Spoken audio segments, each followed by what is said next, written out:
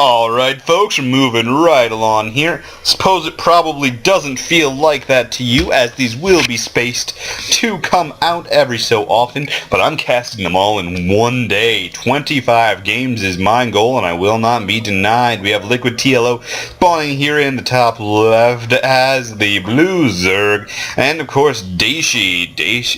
For some reason I always want to insert an I or an E there and go Dayshi.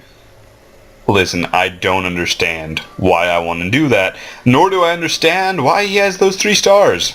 I'm sure it means something, but I can't remember because I'm silly like that. Either way, let's get this game underway and see what happens. Anyway, supply depot coming down as to be expected. Now, I'm going to say that, ZVC is my favorite matchup, but quickly ZVT is becoming, I wouldn't say it's you know what, I'm going to have to take everything I just said back, because I was about to go like, well, ZVT is quite an interesting matchup itself. Then I realized that I actually hate ZVT because it always seems to be Hellions. They just make Hellions. So you know what? Let's see if Dayshi is going to prove me wrong, or if he's going to go tried and true. I don't know. We'll find out either way. Did you see the hatch coming down on 15? Supply, everything is fairly normal. Gas coming down, sort of indicative of either Reapers or Hellions or a mixture thereof, or though it could be for Marauders. Don't know why you would go Marauders versus Zerg, but hey, why not? If they were going Roach Push. But we can be very certain that they are not. Dayshi hasn't even scouted at all. No reason to, I guess. He is just metagaming. He's just metagaming TLO right now. We'll see if he's able to do it and how this all works out. Ooh, I just cannot wait. This is just a fantastic day. I am just in a casting frenzy right now. There's no other way to put it besides casting frenzy. Either way, the game will continue with the Marine moving out to deny that Overlord. Don't know if they will be able to kill it or not. I'm thinking no. That is one lucky Overlord does manage to keep itself alive a while longer. And the game is up. It will continue, and this expansion is, of course, coming down. These Marines, it looks like he's going to be a little aggressive with them. I'm not sure what he can really do with them. Looks like he will be trying to go for that Overlord right there. Oh, will he get it is the question. Does that Overlord have the time to escape? I somehow don't think so. If he can pick this Overlord off, it will be an advantage for him. However, TLO already has a couple of things on the field, probably not more than these 2 for the moment. Yep, just more drones, but the factory and the reactor coming down. You could have seen this coming even without a crystal ball. Hellions is just the way to go if you're Terran. Really, I feel like there just needs to be something else in this matchup. I don't know why I don't know. What other matchup do you always see that? Really, what other matchup do you always see something happen? Yeah, you often see Forge Fast Expand and, PVZ, but you don't always see it. You often see it. Oh well, you know what? Enough of me complaining. We do have a fast third base coming down within the safety of the main here. We'll see if that is able to work out for him or not. We have a single Hellion on the way, not 2. Yep, there is number 2 on the way as well. We'll see if he's able to make anything happen with these.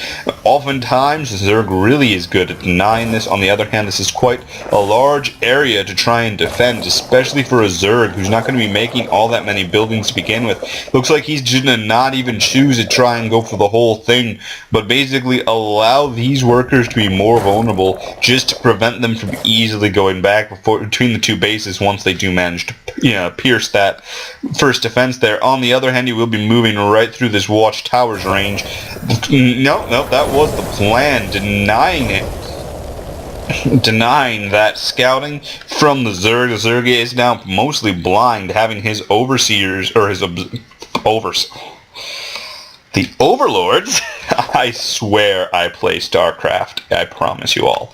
The overlords having been denied across most of the map, now all he has to go by is his creep spread, which to be fair is more than most races get.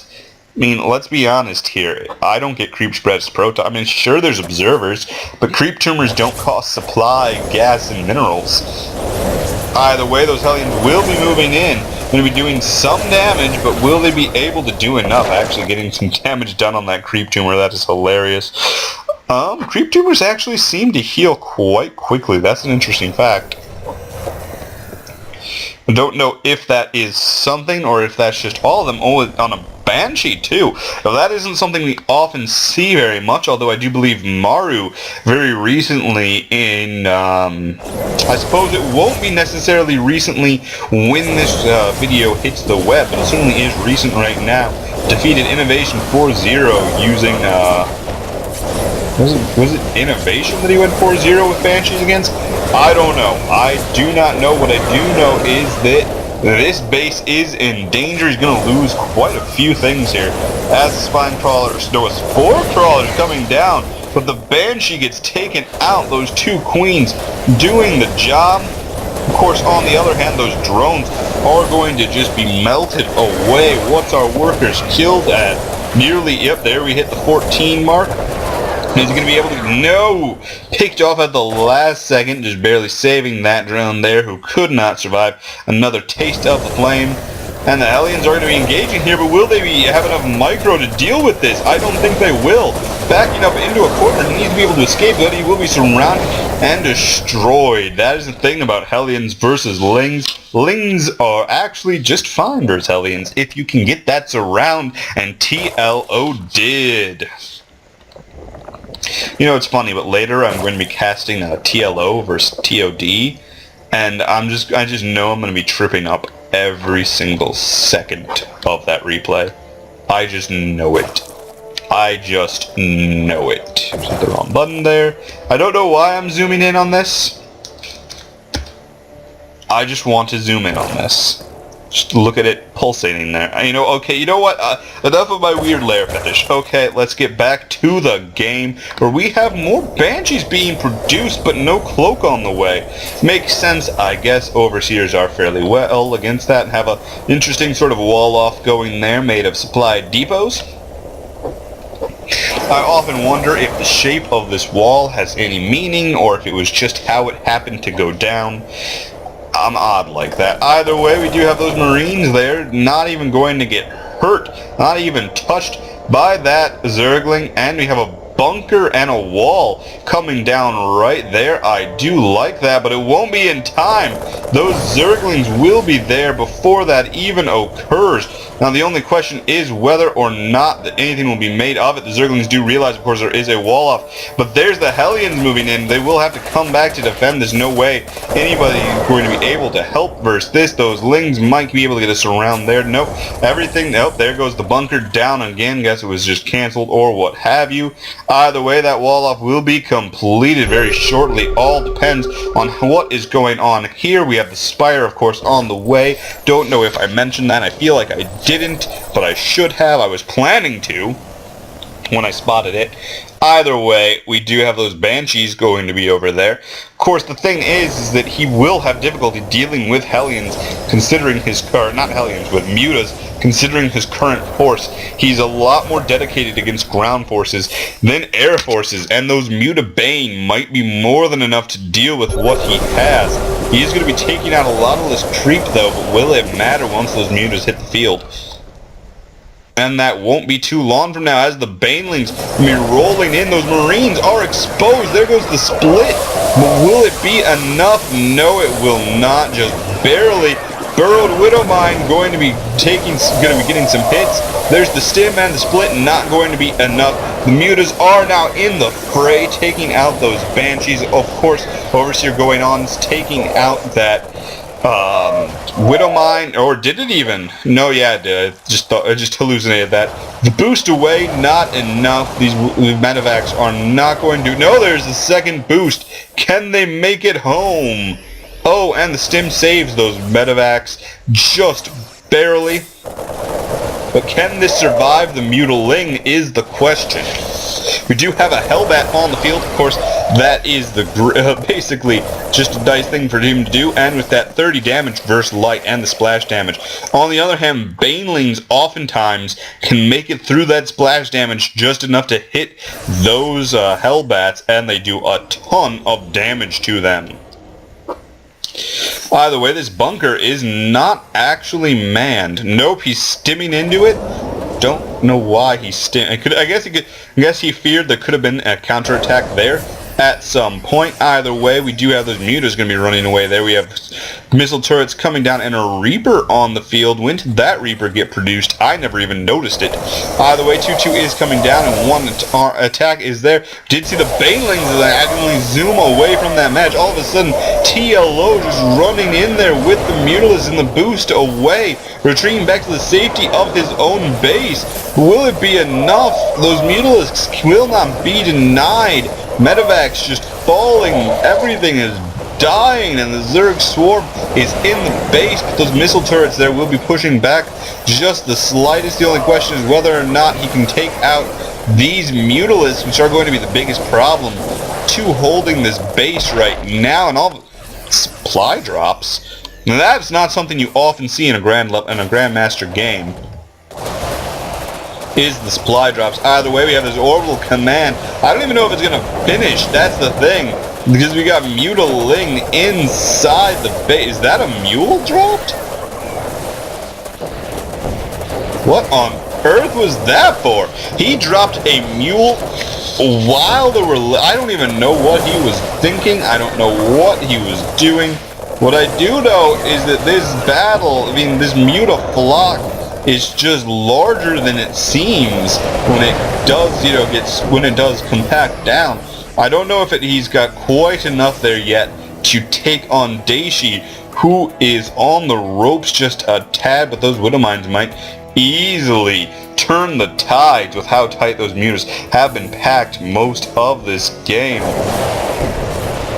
There goes the hit there, and we are seeing everything. Alright everybody, we have returned. Sorry about that. There had to go off and do some things. Either way, we are going to be seeing that engineering baby taken out by these Mutalisks who are just waiting for... I just want to see... I want to see a Widowmine kill them so badly.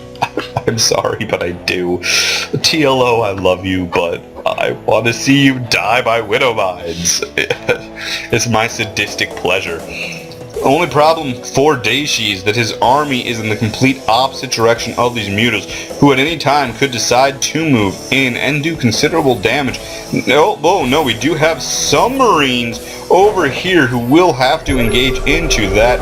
Did we see a Widowmine there? I do not think so. All of a sudden the mutas are retreating though, as he realizes that there is quite a force here to deal with some Widowmine hits going on. They will of course have to regen, and the Banelings, which are of course more valuable, rolling right over them. Now we're going to have to see some Gosu split. And, were those Lings burrowed there and I didn't even see them? Oh my goodness, TLO, I love you so. Oh, and those last Marines moving in, they just barely push him back. But can he survive with Ultralisks on the way? Oh my goodness, this one here is going to spawn in just a mere 15 seconds. It will not be in time to save that hatch, and I have a feeling it'll die as soon as it appears. But what a nasty surprise for Dayshi. Kaboom, baby! Ultralisk! Yeah, nasty surprise. There goes down almost immediately. Yeah, I knew it would. I just loved it. Either way, we do have Mutiling Ultra engaging here, going to be trying to turn this around. All of a sudden, Dayshi is the one in trouble, although their supplies are very, very similar. Is that Widowmine going to be able to do anything in this thing? No! Taken out before its time. That Ultralisk, though, is low on health. will not be able to take all this out all of a sudden. The Liquid TLO is in trouble, although again, their supplies are very, very similar. If it wasn't now for the fact that he just got majorly supply blocked, I think he would be fine and equivalent to Dayshi. Although we do have a battle going to be happening here for control of this base. He does need this if he wants to really hold it, and the Banelings coming in from the side. Imagine being trapped against your own wall off. Not something we often talk about as Terran, but those Banelings, man. Dem Banelings. And all of a sudden, Dayshi is in a bit of trouble. Where is all his supply? Where is his army? It can't all be in these medevacs, can it? It can! Oh my gosh, his army force is mostly medevacs at this current time. That is not going to be useful versus those Ultralisks, although he does have the stim and going to be trying to engage that Ultralisk there. He's got to be very, very careful, as there's now 2 Ultralisks entering the field supported by Lings. This battle has been a running battle this whole time.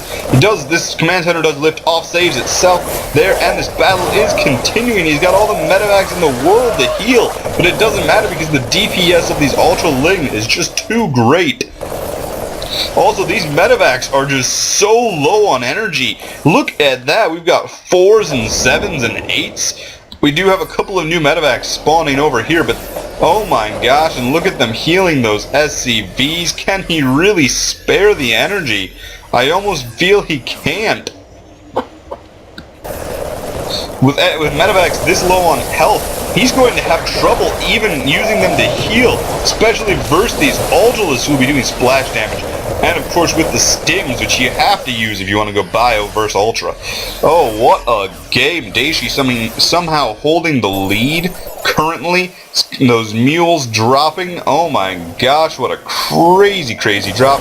Those Lings going to be running in there trying to get some damage done. We do have +3 on the way. What's our armor upgrade? Oh my gosh, I couldn't even see that was the structure tab. We do have chitinous plating done for our Ultralisks. Those Ultralisks will be sort of powerful. Almost feel like we should be seeing those Banshees come back, but we will not be because the tech lab is not attached to the starport. He does have more than enough medevacs though, that much is certain, even though they have no energy. Just look at that. I've never seen such depowered medevacs. And look at that expand from TLO to his enemy's own 5th or 4th base, depends on how you want to call it. Either way, there is the engagement. Those Lings lose couple to that. Will he engage with the SCVs or will he? No, he will not. We do have an Ultralisk going to be moving in here though. That's going to be a problem for him to deal with that small force, as he does have to move back with all his units, and mining has begun at the 5th base of Dayshi, but it isn't Dayshi doing it. And oh, there's a huge army moving out over here, going to be hitting at this main base. He needs to be very careful. He needs to raise that wall very shortly. He's going to realize it soon, maybe boost back in those medevacs. Or maybe Dayshi or Liquid TLO is going to realize his predicament, try and come back and stop this. Only question is, will Brood Ultra, or not Brood Ultra, will Infestor Ultra, will it beat Marine Marauder? Oh, we're seeing some Widowmine hits, actually more effective than we would think. But look at those clutch bungles. Oh, nobody loaded them into the medevacs, trying to boost them away, not going to be able to quite do it. And will he drop on the infestors is the question. Yes, indeed he does. But we do see the fungal on them as we have the Ultralisk moving back, and the army is going to be hitting at this base. Does not have anything capable of hit shooting up with that part of its army, and of course, I mean, just look at this. That supply advantage is completely nullified now, as these Banelings and Ultralisks are just moving all over the place. Look at everything that's going on in this. We do have a couple of units taken out by those Widowmines, and a few more gone for the count. Oh my goodness. But all of a sudden we see the Ninja expand from TLO has been spotted. The Ninja is in the spotlight. Not a good place for Ninjas to be. And where did this drop come from? I do not know, but it will be cleaned up by the drones and the Ultralisk over there. Will he be attempting to go for what's left in there? I do not know. Dayshi and TLO playing an epic game. I don't even know how to describe this. Oh, I take back everything I said about ZVT. This is amazing. This is a running battle, and I don't even know who's ahead. I still want to say Dayshi is favored. Can't judge by supply. Supply almost means nothing in a game like this. I'm just going to say because he's been denying bases, and every base that TLO has tried to deny has not been denied. Look at that. It's still standing. It's still there.